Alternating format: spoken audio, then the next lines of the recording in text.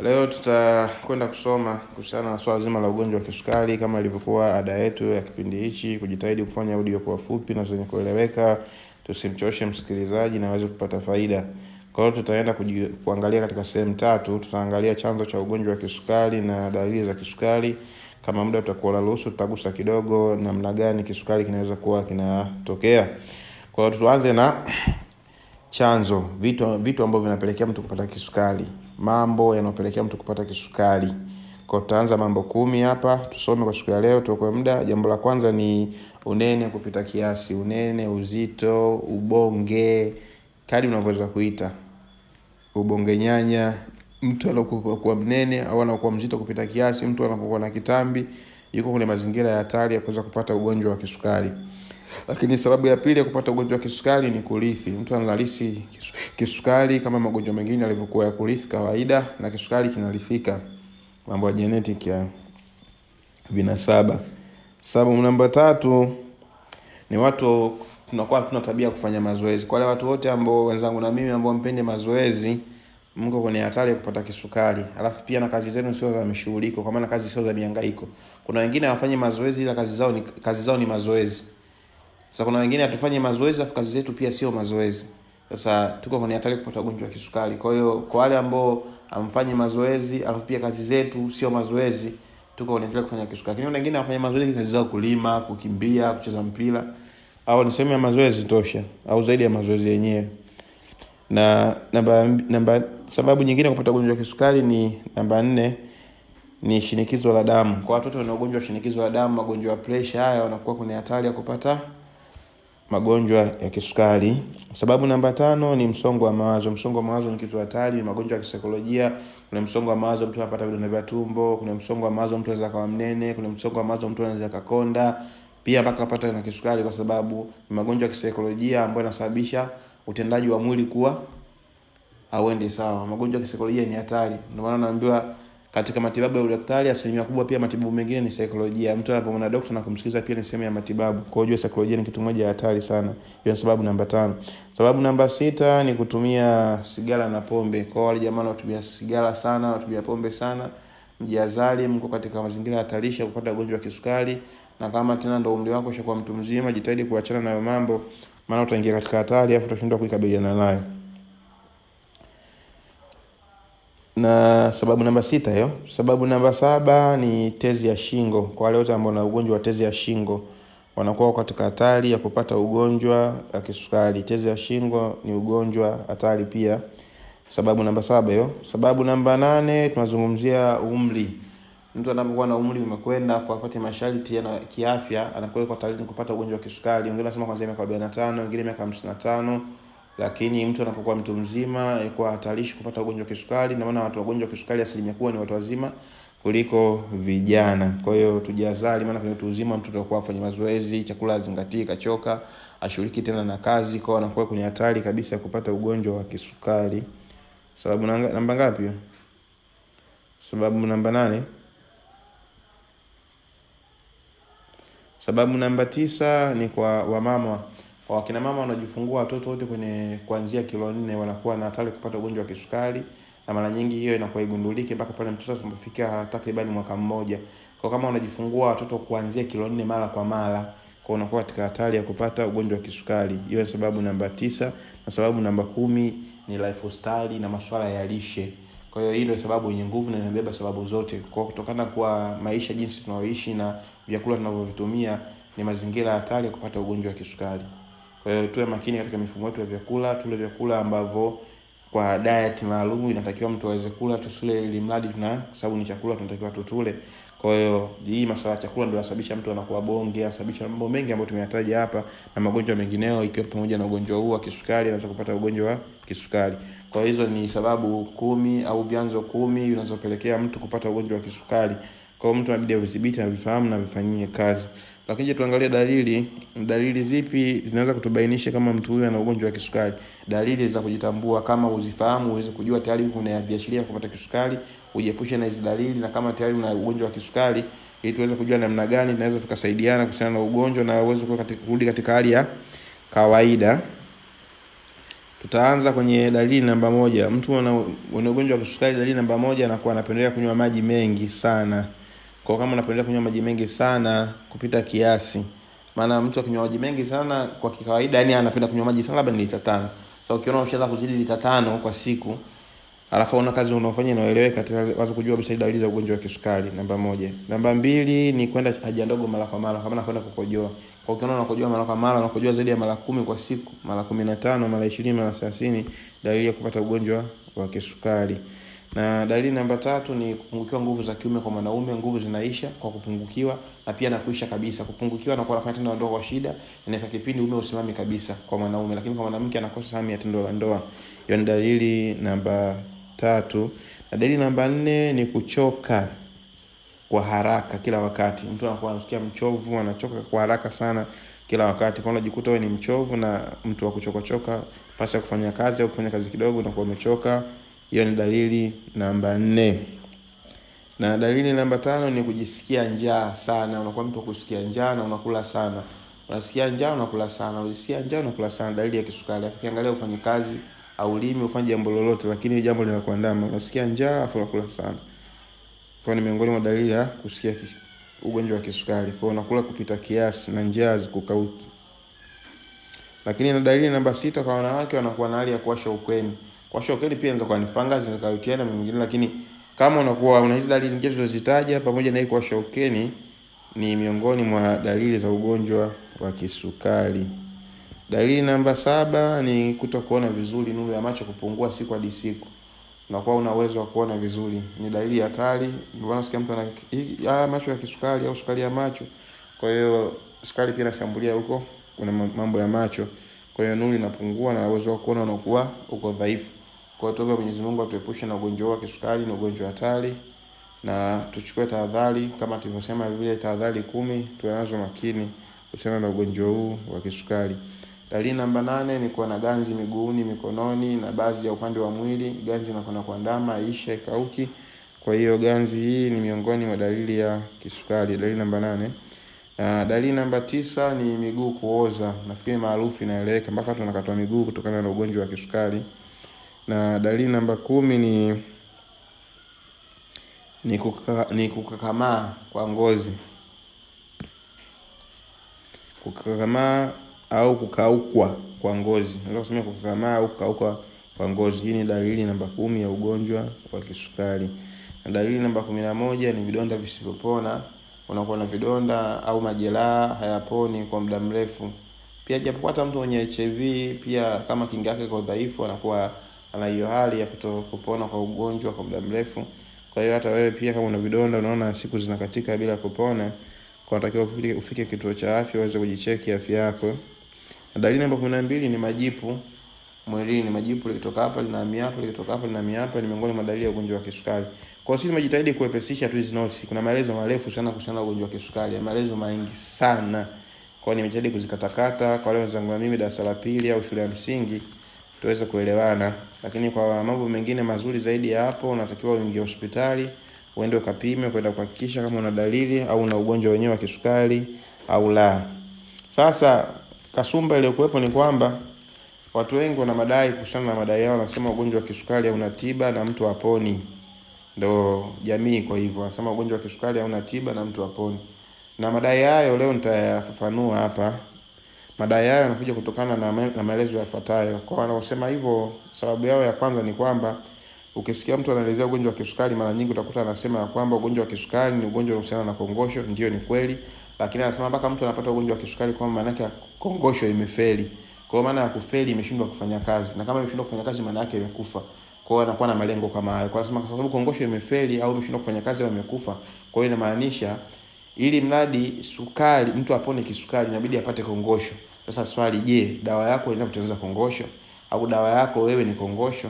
Kwa ndio maana watu wengi wakasema dawa ya kisukari hakuna, kwa sababu ni tatizo ambalo linasababisha kuua kwa kongosho. Kwa matibabu yake ni kupatikana kwa kongosho nyingine. Kwa madai ya watu ndio nasema hivyo. Hayo ni madai ya kwanza. Lakini katika madai hayo wanakuwa na ushahidi kama ufuatao, ushahidi wa aina mbili.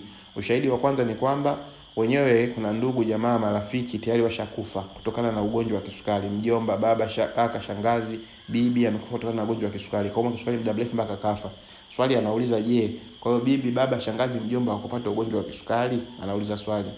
Lakini sababu ya pili anasema, mimi mwenyewe naongea na wewe hapa na ugonjwa wa kisukari, na huu mwaka wa 20 nishatumia dawa za Kiswahili, za Kihindi, za Kichina, mitishamba, virutubisho, mimea tiba, lakini sijapona kisukari. Sasa umeona madai kama haya, kwa mpaka mtu imefika kipindi ameamini kama ugonjwa wa kisukari umekuwa hauna tiba.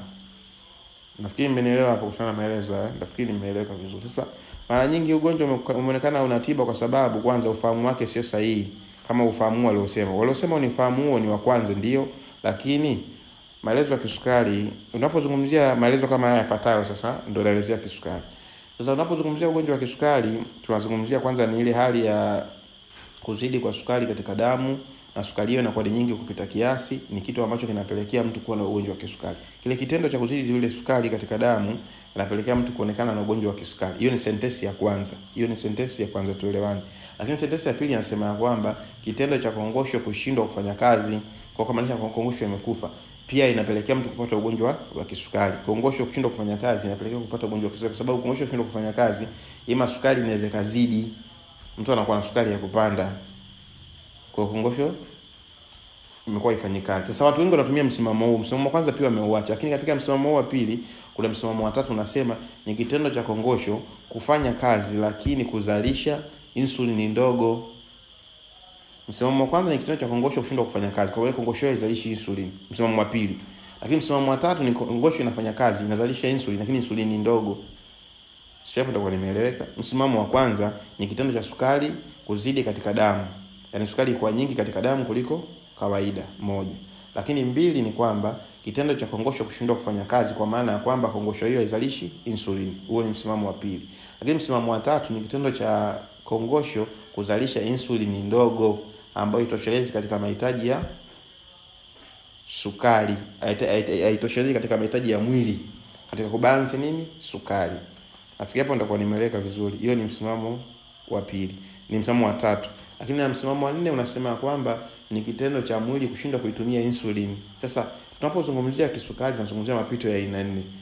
Kuzidiwa kwa sukari kuzidi mwilini katika damu, moja.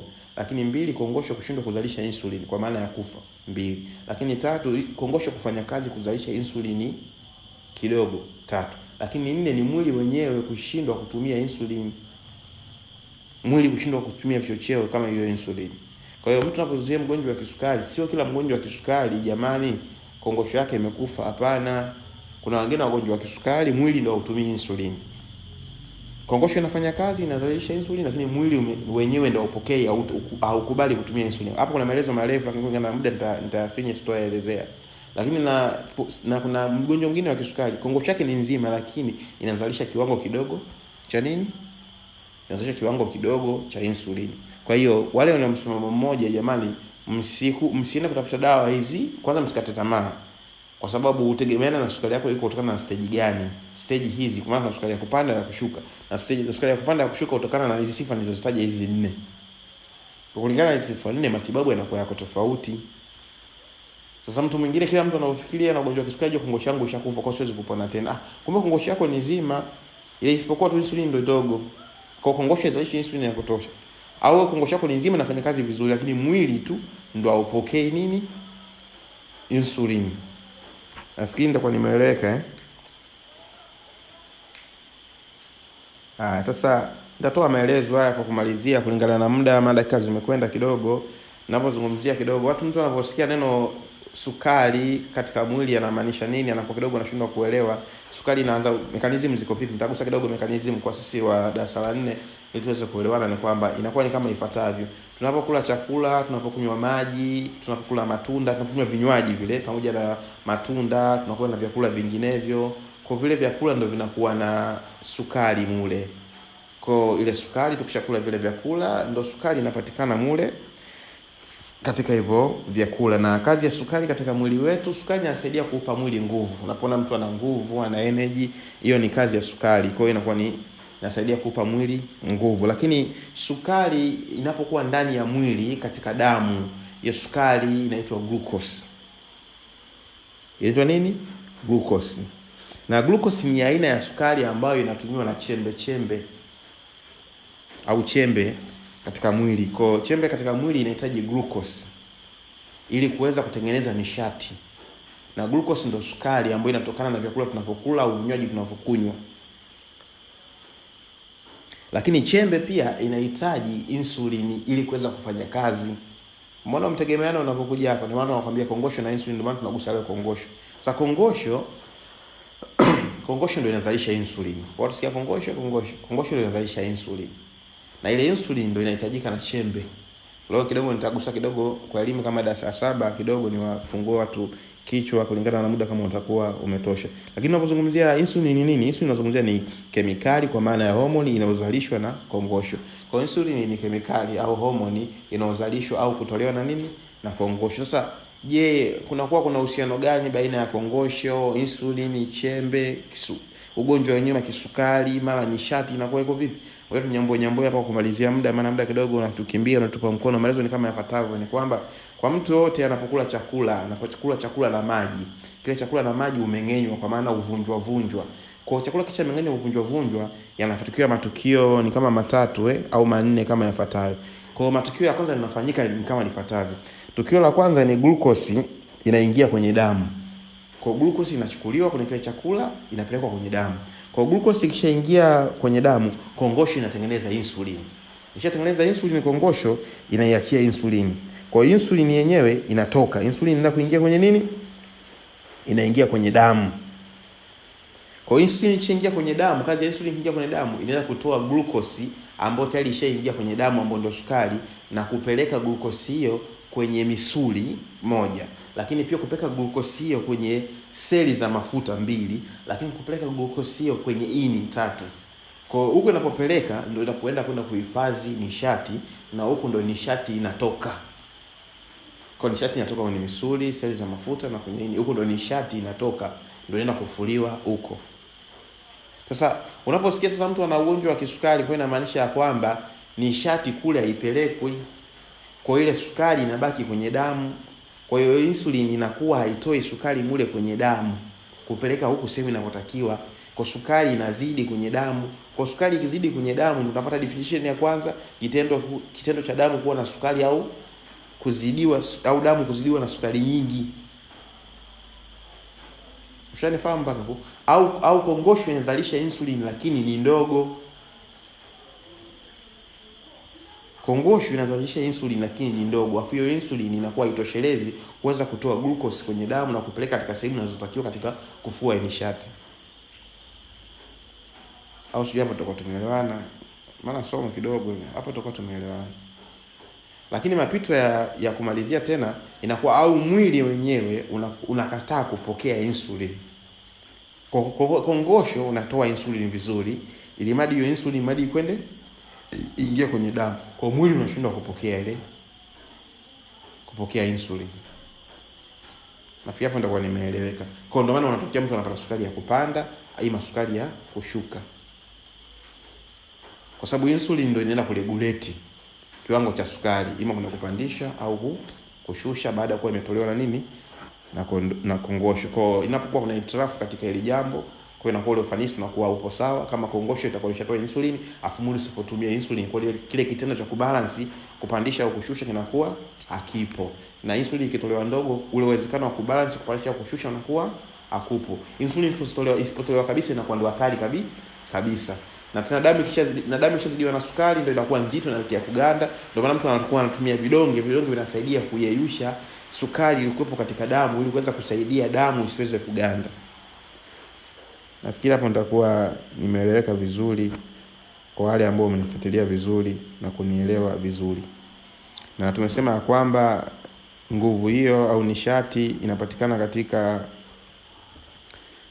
katika misuli na inapatikana katika seli za mafuta pamoja na ini. Sasa kuna mambo hapa tubidi tuweke sawa. Haina maana kwamba mtu kula vyakula vya kisukari ndio kuweza kupata ugonjwa wa kisukari. Hapana. Mambo tumeyataja yale mambo 10. Kwa hiyo haimaanishi kwamba mtu aweze akatumia vitu vya chakula kisukari, vitu vya sukari ndio akapata ugonjwa wa kisukari. Na watu wanatumia asali. Unasikia asali asali ya sukari yake original ile. Lakini tunazungumzia vitu vya kisukari, hatujazungumzia vitu vya kisukari fake na original. Kwa hiyo ni ufahamu tofauti ambao watu wako nao kuhusiana na magonjwa ya kisukari, kwa inabidi wafahamu na waweze kuelewa. Lakini kwa kumaliza kwamba sisi tumeandaa program na supplement au lishe maalum ya kisukari ambao kwa sisi tuna imani inaweza kutibu na kuonyesha tatizo la kisukari kabisa kwa uwezo au bila shida yoyote. Lakini kwa hiyo kuamini inakuwa ni vigumu. Kwa kuweza kuamini unatakiwa utumie ndio uweze kuamini. Kwa sababu ushatumia dawa nyingi za kisukari hafuja kusaidia, ushapoteza pesa. Na mimi siwezi kutumia nguvu kubwa kuweza kuhamasisha na kuelekeza kwa sababu najua ni kiasi gani ushapoteza pesa na ushapoteza wale unawapenda unawafahamu kuhusiana na ugonjwa wa kisukari. Lakini sisi tuna imani ugonjwa wa kisukari unapona na mtu unarudi katika hali ya kawaida na unaweza kuanza kula vyakula vya kisukari kawaida kama kawaida. Na kwa programu yetu sisi ndani ya mwezi mmoja unakuwa una uwezo kula chakula cha kisukari taratibu, unaanza bila shida yoyote. Nafikiri hapo utakuwa umenielewa. Huko ndo kumalizia. Kwa hiyo ni mimi mzungumzaji, nilikuwa nazungumza Profesa Kashaga katika hii darasa, na washukuru sana kwa kunisikiliza na kukutenga muda. Lakini msimamo wetu tuko na imani kisukari kinapona na unarudi kutumia vyakula vyenye kisukari kama kawaida. Vile vile vitamu ambavyo umevimiss, kwa usikate tamaa, bado kuna opportunity ya kuweza kuendelea kuvitumia, na kushukuru sana na asante sana.